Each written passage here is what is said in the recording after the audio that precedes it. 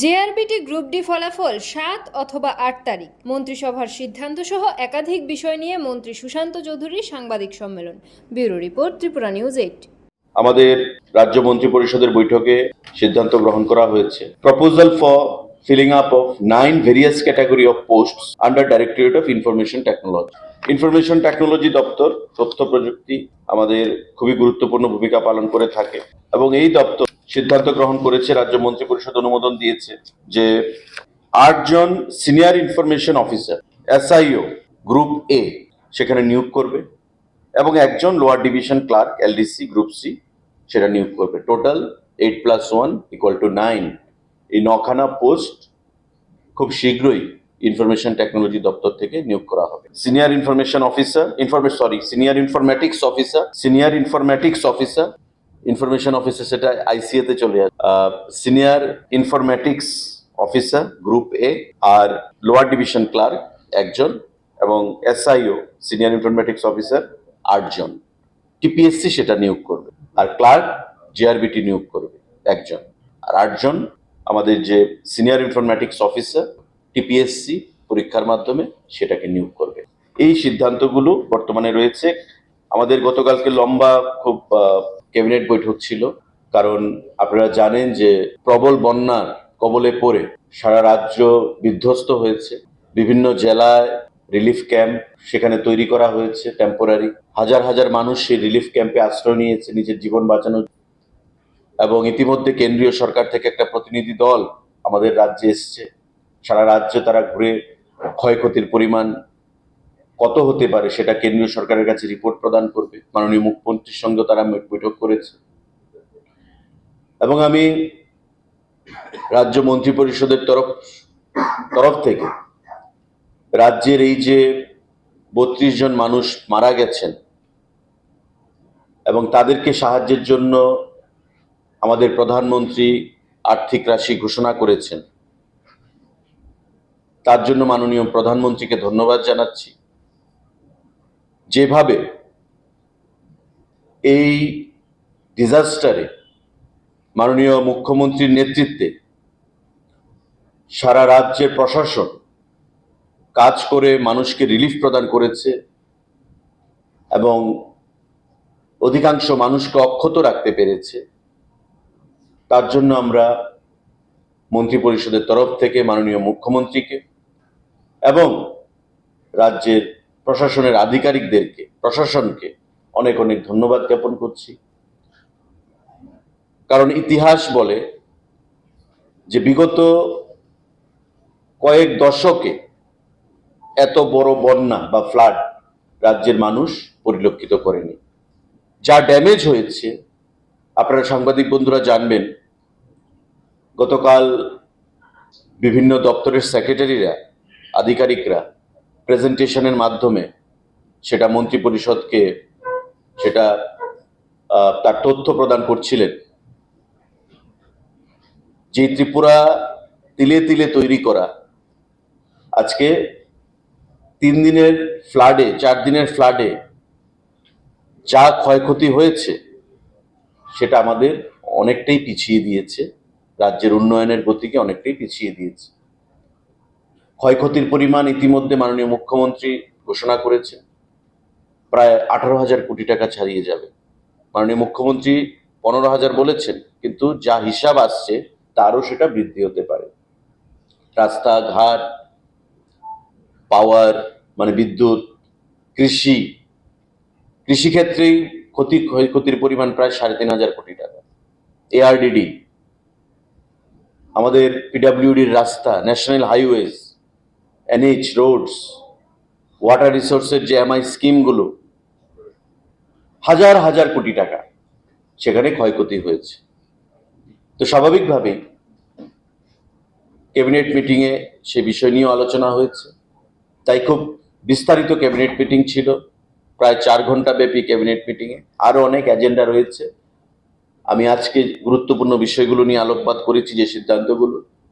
আগামী 2 দিন বাদে আরও কিছু সিদ্ধান্ত আপনাদেরকে আমরা জানিয়ে দেব, কারণ কিছু বিষয় রয়েছে যেগুলো বিস্তারিত একটু স্টাডি করার প্রয়োজন রয়েছে।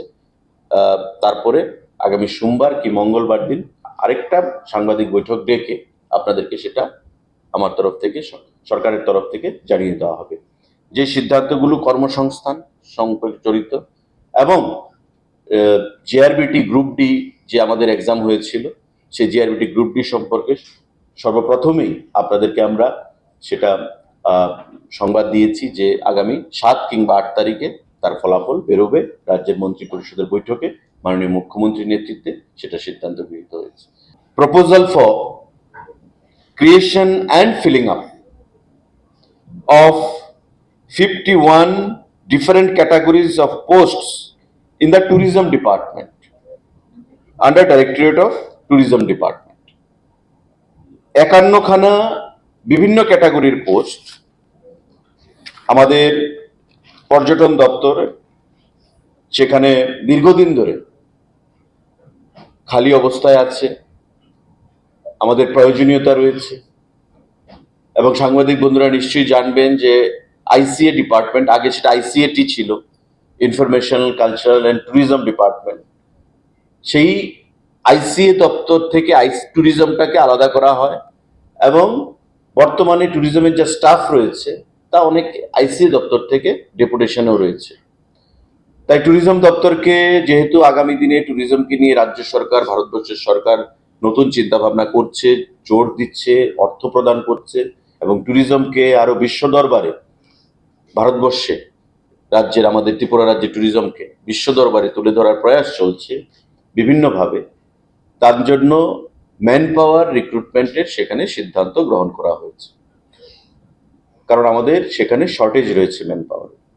রাজ্য মন্ত্রী পরিষদ বা মন্ত্রিসভা মাননীয় মুখ্যমন্ত্রীর পৌরোহিত্যে সেই সিদ্ধান্ত গ্রহণ করেছে যে বিভিন্ন ক্যাটাগরিতে আমাদের এই ট্যুরিজম দপ্তরের 51 খানা পোস্ট সেটা ফিল আপ করা হবে। তার মধ্যে কিছু ডাইরেক্ট রিক্রুটমেন্ট রয়েছে, কিছু প্রমোশন রয়েছে, কিছু ডেপুটেশন রয়েছে। Group C, group D, engineer সহ টোটাল 51 খানা পোস্ট এই ট্যুরিজম দপ্তর সেটা নিয়োগ করবে আগামী দিনে। এই যে 51 খানা পোস্ট, তার মধ্যে আমাদের ইঞ্জিনিয়ার রয়েছে, ডেপুটি ডিরেক্টর রয়েছে, অ্যাসিস্ট্যান্ট ডিরেক্টর রয়েছে, কম্পিউটার অ্যাসিস্ট্যান্ট রয়েছে, আমাদের এক্সিকিউটিভ ইঞ্জিনিয়ার রয়েছে। গ্রুপ সি আমাদের পোস্ট রয়েছে এবং গ্রুপ ডি আমাদের পোস্ট রয়েছে। তো সেগুলো নিয়ে বিস্তারিত দপ্তর ভিত্তিক আমার আলোচনা হবে এবং পরবর্তী সময়ে group C, group D, engineer সহ এই যে 51 খানা পোস্ট কিভাবে রিক্রুটমেন্ট করা হবে সেটা আমরা জানাবো। ইন প্রিন্সিপাল রাজ্য মন্ত্রী পরিষদ তার অনুমোদন দিয়েছে, ফিনান্স অনুমোদন দিয়েছে, GAPNT proposal for policy decision for payment of remuneration or wages of pump operators working in different urban local bodies under urban development department. আমাদের, আপনারা জানেন যে ডিডব্লিউএস ডিপার্টমেন্ট, ওয়াটার রিসোর্স, এই যে দপ্তরগুলো রয়েছে তাদের সঙ্গে পাম্প অপারেটরদের একটা নিবিড় যোগাযোগ বা পাম্প অপারেটরদের সহযোগিতা ছাড়া সারা রাজ্যে এই যে জল সরবরাহ করা, পানীয় জল বলুন, ওয়াটার রিসোর্স বলুন, সেটা সম্ভব নয়। তো রাজ্য মন্ত্রিসভায় সেটা সিদ্ধান্ত গ্রহণ করা হয়েছে যে পাম্প অপারেটর, তাদের বেতন খুবই নগণ্য ছিল এবং গত বিধানসভা নির্বাচনের প্রাক্কালে আমাদের মন্ত্রিসভার বৈঠকে সিদ্ধান্ত হয়েছিল যে পাম্প অপারেটরদের বেতন বৃদ্ধি করা হবে এবং এতে করে 7,500 যারা আইআরপি, আয়রন রিমুভাল প্ল্যান্টের সঙ্গে যুক্ত রয়েছে তাদের বেতন ধার্য করা হয়েছিল এবং 7,000 টাকা বেতন ধার্য করা হয়েছিল যারা আইআরপির সঙ্গে যুক্ত নয়। কিন্তু পরবর্তী সময় দেখা গেছে যারা আরডি মানে পঞ্চায়েতের অধীন যারা পাম্প অপারেটররা রয়েছেন তাদের বেতন, যে বর্ধিত বেতন, সেটা তারা পাচ্ছে, কিন্তু আরবান বডিজে যারা পাম্প অপারেটররা রয়েছেন এএমসির আন্ডারে বা বিভিন্ন আরবান বডিগুলোতে, নগর পঞ্চায়েত, পৌর পরিষদে, সেই বর্ধিত বেতন তারা পাচ্ছে না। পরবর্তী সময় দেখা গেছিল যে বিগত সরকারের আমলে যে পাম্প অপারেটরগুলো নেওয়া হয়েছিল, ফিনান্সের সঙ্গে কোনো ধরনের সেখানে আলোচনা না করেই সেটা নেওয়া হয়েছিল। তো স্বাভাবিকভাবেই এই আরবান লোকাল বডিজের যে পাম্প অপারেটররা, তারা ওই বর্ধিত বেতন থেকে বঞ্চিত হয়েছে এতদিন। রাজ্য মন্ত্রিসভা সিদ্ধান্ত গ্রহণ করেছে যে এখন থেকে এই আরবান লোকাল বডিজরাও মিনিমাম 7,000 এবং 7,500 টাকা করে বেতন তাদেরকে দিতে হবে এবং তারা সেটা পাবে। আর যদি কোনো আরবান লোকাল বডিজ মনে করে তার নিজস্ব সোর্স থেকে যে সেখানে পাম্প অপারেটরদের বেতন বৃদ্ধি করা হবে, 10,000 করা হবে, 15,000 বা 12,000 করা হবে, সেটা তারা করতে পারে। মিনিমাম 7,000 যারা নন আইআরপি, আর যারা আইআরপি তারা 7,500 টাকা যারা পঞ্চায়েতে পাচ্ছে। আরবান লোকাল বডিজেও একই বেতনে সেখানে প্রদান করা হবে। এখন থেকে রাজ্য মন্ত্রিসভায় সেটা সিদ্ধান্ত গ্রহণ করা হয়েছে। সারা রাজ্যে 19টা ইউএলবি এবং আগরতলা পৌর নিগম সহ 20 থানায় ইউএলবি রয়েছে। প্রতিটি ইউএলবিতে এখন এই পাম্প অপারেটররা কম করে 7,000, 7,500 টাকা পাবে। আর বেশি কত পাবে সেটা ওই ইউএলবি বা আরবান লোকাল বডিজের উপর নির্ভর করবে। তারা যদি বৃদ্ধি করতে চায় সেই বেতন, তারা সেটা করতে পারে। রাজ্য মন্ত্রিসভায় গতকাল সেই সিদ্ধান্ত গ্রহণ করা হয়েছে বৈঠকে। আরেকটা গুরুত্বপূর্ণ সিদ্ধান্ত, necessary approval towards filling up of an additional 916 vacant post of constable, man and woman in Tripura Police through direct recruitment. Home ডিপার্টমেন্টের অধীন 916 জন কনস্টেবল ম্যান অ্যান্ড ওমেন সেগুলো রিক্রুট করা হবে। ইতিমধ্যে আমাদের 1,000 কনস্টেবল যাদের পরীক্ষা হয়েছিল সেগুলো প্রায় তৈরি আছে। সেগুলো ছাড়ার পর এই 916 জন আরো নতুন করে কনস্টেবল পুলিশ ডিপার্টমেন্টে ম্যান অ্যান্ড ওমেন সেগুলো অ্যাডভার্টাইজমেন্ট প্রদান করা হবে। অর্থাৎ প্রায় 2,000 কনস্টেবল সেখানে নিয়োগ হচ্ছে হোম ডিপার্টমেন্টের অধীনে। 1,000 কনস্টেবল জানেন আপনারা, আমাদের এই প্রসেস চলছে এবং almost on the verge of finalisation, declaration of result. এই রেজাল্ট বের হওয়ার পর নতুন এই যে 916খানা পোস্ট তৈরি হয়েছে এবং ফিনান্স অনুমোদন দিয়েছে এবং রাজ্য মন্ত্রিসভা তাতে অনুমোদন দিয়েছে, সেই 916খানা পোস্ট অ্যাডভার্টাইজমেন্ট করা হবে আগের 1,000 পোস্ট সেখানে ডিক্লারেশন হলে, যা খুব শর্টলি ডিক্লারেশন করা হবে। আরেকটা গুরুত্বপূর্ণ সিদ্ধান্ত, proposal for announcement of honorarium of special police officers SPO. যারা স্পেশাল পুলিশ অফিসাররা রয়েছেন এসপিও হোম ডিপার্টমেন্টের অধীন, তাদের বেতন বৃদ্ধি করার সিদ্ধান্ত গতকাল আমাদের যে ক্যাবিনেট বৈঠক, সেই ক্যাবিনেট বৈঠকে গ্রহণ করা হয়েছে। সারা রাজ্যে এসপিওর সংখ্যা 3,511। এর মধ্যে SPO who are doing driving duties, driver হিসাবে যারা কাজ করছে তাদের সংখ্যা হচ্ছে 265। এখন পর্যন্ত এই যে 3,511 জন যারা এসপিও আছেন আর 265 জন যারা ড্রাইভার আছেন, তাদের বেতনের একটা বৈষম্য ছিল। ড্রাইভাররা পেতেন 9,540 টাকা করে, আর নর্মাল যারা এসপিও 3,511 যে সংখ্যাটা, তারা পেতেন 7,079 টাকা করে।